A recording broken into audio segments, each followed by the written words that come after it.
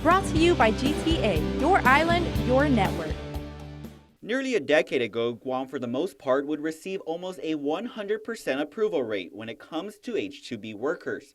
However, lately it's as if the U.S. Citizenship and Immigration Services has given Guam the cold shoulder. To this point, USCIS has not really said, there has been no change in rules, there's been no change in regulations.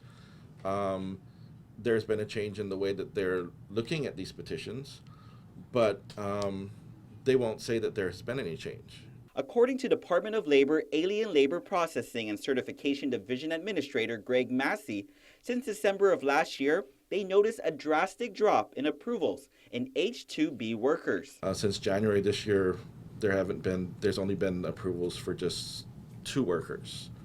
Yeah, so we basically have a 99.7% denial rate. Yeah, so in essence, what's going to happen is without any approvals coming in, we're going to see most of the H2 workers. Right now we're at about 1,200 workers, a little bit over 1,200 workers. We're going to see those numbers dwindle down to below 100. We're thinking by like December or January.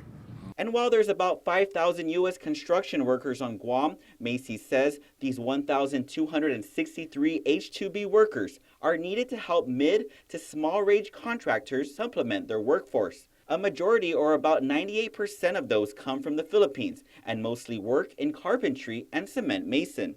So if you're saying that you're going to take away Guam employers' ability to supplement their workforces, you're going to see construction projects either halt or slow down significantly, and there's going to be that impact on the island. Island leaders have since stepped in seeking immediate regulatory relief. Congresswoman Malin Bordallo wrote to USCIS Director Leon Rodriguez, reiterating her concern that the high rates of H-2B renewal denials are impacting Guam's workforce. Governor Eddie Calvo, meanwhile, wrote to President Barack Obama, but says Guam's calls were being ignored.